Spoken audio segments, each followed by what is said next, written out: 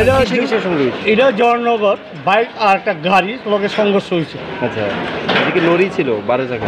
না না না, ওই মারুতি ভেঞ্জে আর ইডিতে ওইগুলি। আচ্ছা, আহত কয়জন? আর দুইজন। আপনারা রিকভারি করে কোন জায়গা থেকে আনছেন? এটা জয়নগর থেকে আনছি। আচ্ছা, নাম আছে কি? একজন হচ্ছে দীপক দাস আর একজন নীলমণি দেববর্মা। দিনমণি দেব? দেববর্মা। আচ্ছা, এখন কোন জায়গা থেকে?